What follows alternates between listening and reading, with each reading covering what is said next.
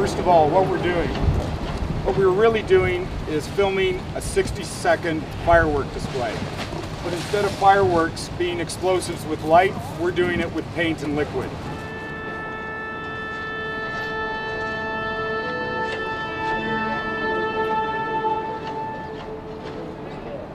We wanted to move away a little bit from the balls out, so we ended up in this place which was like fireworks, paint explosions, landmines of color. It's a unique idea, it's an iconic idea, and it's never been done before. There's no doubt that it has scale. When you turn up on a shoot and there's 200 people that are going to appear on your shoot, you know, you get some idea of the scale of this.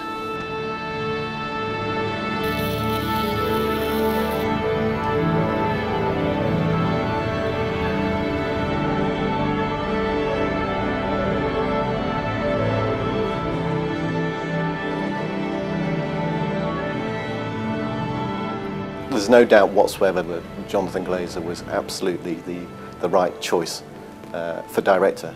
He knew what to keep from balls and what not to keep from balls.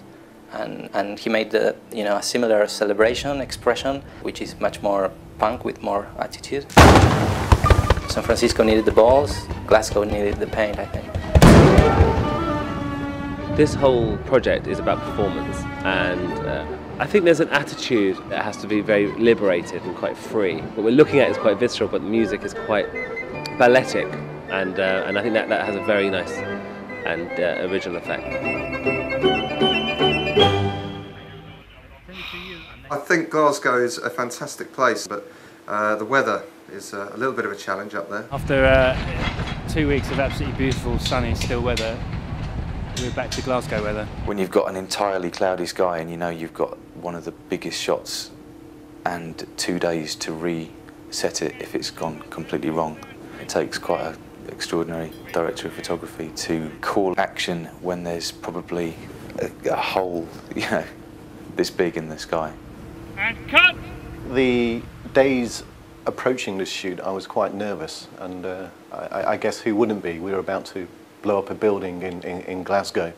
The fact that you were on the set and you're all the time like thinking, oh, if I touch that cable, something's going to go off, and the whole building is going to collapse in paint.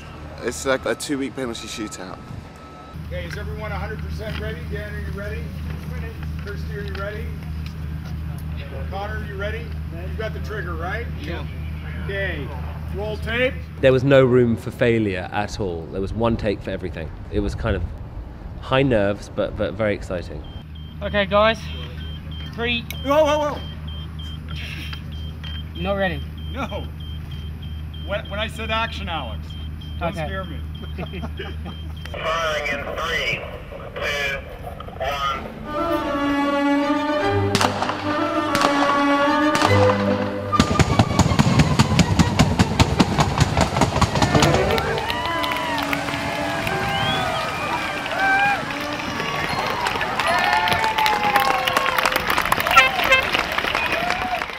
We've had a team of 6 of us working on it since mid-April now, and this week they're starting to be signed off, which is 4 months and a couple of weeks later, and we've been working solidly on it every day, because although the technology is advanced, you're still pushing it to the limits. The clown, I guess, is the other interesting element to this, because it's not paint blowing up, it's sort of a human moment.